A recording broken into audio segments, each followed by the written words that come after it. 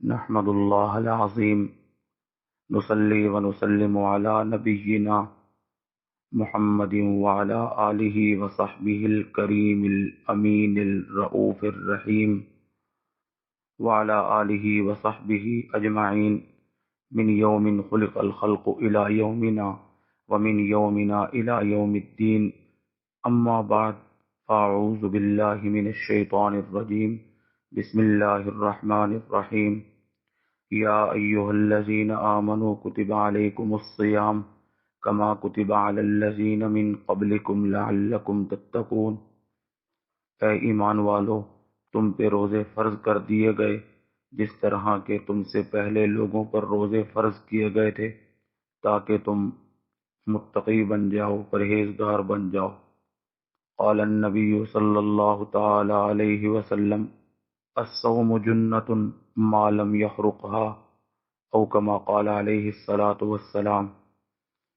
ارشاد فرمایا نبی کریم صلی اللہ علیہ وسلم نے، روزہ ڈھال ہے جب تک کہ انسان اسے پھاڑ نہ ڈالے، یعنی بے راہ روی کا خود کو شکار بنا کر۔ میرے بھائیوں، دوستوں، بزرگوں، رمضان المبارک کا مہینہ ہم پہ سایہ فگن ہے، اور بیشتر اس کے کہ میں رمضان المبارک کی آج کی تاریخ کے حوالے سے کچھ باتیں عرض کروں، یہ مناسب معلوم ہوتا ہے کہ یہ بات آپ حضرات کی خدمت میں پیش کر دی جائے کہ عربوں کے ہاں دیگر عبادات کا کہیں نہ کہیں کسی نہ کسی حد تک، چاہے نام کے درجے میں ہی ہو، تصور تھا۔ اور یہ بھی آپ جانتے ہیں کہ کلمہ، نماز، روزہ، حج، زکوٰۃ یہ اسلام کے بنیادی ارکان ہیں، اور ان میں سے کلمہ بھی قرآن کریم کے اندر مل جاتا ہے، گو اس کا ایک حصہ سورہ محمد میں اور ایک حصہ سورہ فتح میں۔ اسی طرح جو ہے نماز، گو یہ اسلام کا بنیادی رکن ہے، لیکن اس کا تصور بھی اہل عرب میں کہیں نہ کہیں تھا، گو اس کی اصلی صورت جو موجودہ ہے یہ نہ تھی، لیکن کسی نہ کسی درجے میں اس کا تصور تھا۔ اسی طرح حج تو وہ کرتے ہی تھے، گو ان کا اس معاملے میں بھی اپنا ہی بنایا ہوا ایک تصور تھا۔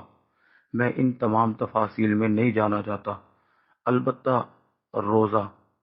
یعنی صوم، اس کا نام ان کے ہاں استعمال ہوتا تھا، وہ اس طور پر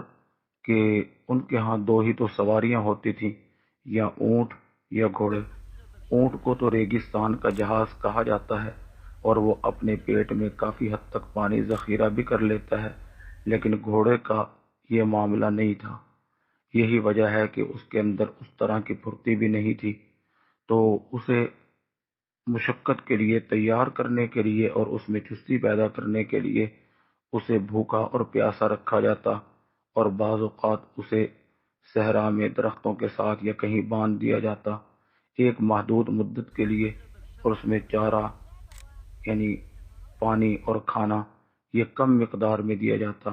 تو ایک مخصوص مدت کے بعد اس میں فاضل جو چربی ہے وہ اس کی زائل ہو جاتی اور اس کے اندر چستی پیدا ہو جاتی، تو اب اس پر جو لفظ استعمال کیا جاتا وہ صائم کا لفظ استعمال کیا جاتا۔ صوم کا لغوی معنی ہوتا ہے رکنا، اور شریعت کی اصطلاح میں صوم کہا جاتا ہے کھانے پینے اور نفسانی خواہشات سے رکنا، صبح صادق سے لے کر غروب آفتاب تک۔ اور یہ روزہ ایک ایسی عبادت ہے کہ آپ قرآن کریم میں دیگر عبادات کے متعلق احکامات اگر دیکھیں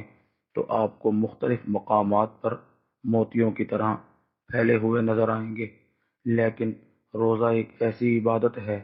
کہ جس سے متعلقہ تمام احکامات آپ کو ایک ہی جگہ مل جائیں گے۔ چنانچہ اب ہم اصل مقصد کی طرف آتے ہیں۔ چونکہ میں پہلے عرض کر چکا ہوں کہ اہل عرب کے ہاں روزے کا کسی شکل میں بھی کوئی خاص تصور بظاہر نہیں تھا، تو ظاہر ہے کہ طبیعت کے اوپر ایک طرح سے شاق گزرتا ہے کہ کھانے سے بھی رک جانا، پینے سے بھی رک جانا، اور نفسانی خواہشات کو پورا کرنے سے رک جانا۔ تو یہ تسلی دے دی کہ بھائی تم پر نہیں بلکہ تم سے پہلے لوگوں پر بھی روزے فرض کر دیے گئے تھے۔ اور اس کا مقصد کیا ہے؟ لعلکم تتقون، تاکہ تم پرہیزگار بن جاؤ، کیونکہ تقوی اختیار کرنے کی وجہ سے رب ملتا ہے، اور تقوی پرہیزگاری کو کہا جاتا ہے، اور خود اپنے آپ کو گناہوں سے بچانا۔ تو اب تسلی دینے کے لیے کہا ایام معدودات، کہ وہ چند گنتی کے دن ہیں۔ فمن کان منکم مریضا او علی سفر فعدۃ من ایام اخر، جب یہ کہا کہ وہ گنتی کے دن ہیں تاکہ طبیعت نازک پر شاق نہ گزرے اور شوق کو اور زیادہ بڑھاوا دیا جائے۔ اور آگے فرمایا فمن کان منکم مریضا او علی سفر، جب کوئی تم میں سے مریض ہو یا سفر پہ ہو تو اسے چاہیے کہ وہ دوسرے دنوں میں وہ گنتی پوری کر لے، یعنی کسی صورت میں روزہ معاف نہیں ہے۔ ہاں البتہ اگر کوئی ایسی بیماری ہے کہ جو چھوڑنے کا نام ہی نہیں لے رہی اور حاذق طبیب نے یہ کہہ دیا ہے کہ آپ روزے نہ رکھیں، تو پھر اس کا فدیہ دیا جا سکتا ہے۔ لیکن یہ فرماتے ہیں وَأَن تَصُومُوا خَيْرٌ لَكُمْ إِن كُنتُمْ تَعْلَمُونَ، کہ تمہارا روزہ رکھ لینا یہ بہتر ہے اگر تم سمجھو۔ کیا مطلب؟ نبی کریم صلی اللہ علیہ وسلم نے ارشاد فرمایا تھا کہ اگر کسی آدمی کو یہ پتہ چل جائے کہ رمضان کے فضائل و برکات کیا ہیں اور کیا کیا انعام ملتے ہیں، تو وہ یہ تمنا کرے گا کاش ساری زندگی رمضان المبارک ہی ہو۔ بہرحال جب یہ تمام تر تفاصیل بیان فرما دی تو آتش شوق کا جوالا مکھی اپنی انتہا کو پہنچ گیا۔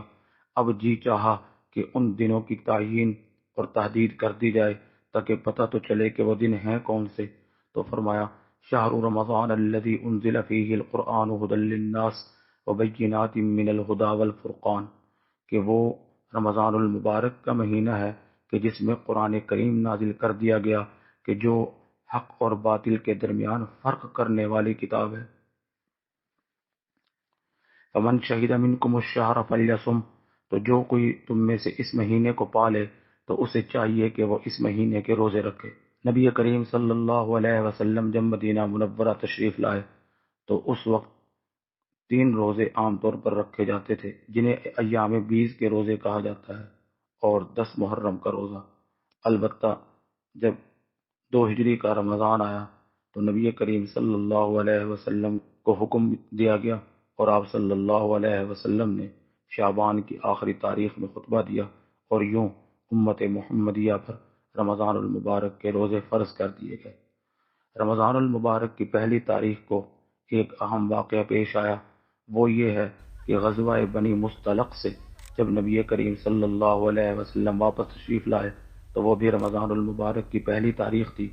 راستے میں آپ نے ایک کنویں پر پڑاؤ کیا۔ اس غزوے میں بہت زیادہ مال غنیمت بھی ہاتھ آیا، اور اس غزوے میں عبداللہ بن ابی بن سلول جو رئیس المنافقین تھا وہ بھی آپ کے لشکر میں تھا، اور کسی معاملے میں ایک انصاری اور مہاجر کی باہم گفتگو تلخی کی حد تک پہنچ گئی۔ اس ناہنجار نے ان کو اتنا اکسایا کہ باہم تلواریں نکل آئیں۔ یہ تو بر موقع حضرت عمر رضی اللہ تعالیٰ عنہ پہنچ گئے اور انہوں نے ان کے درمیان بیچ بچاؤ کروا دیا، اور یوں امت مسلمہ کا شیرازہ بکھرتے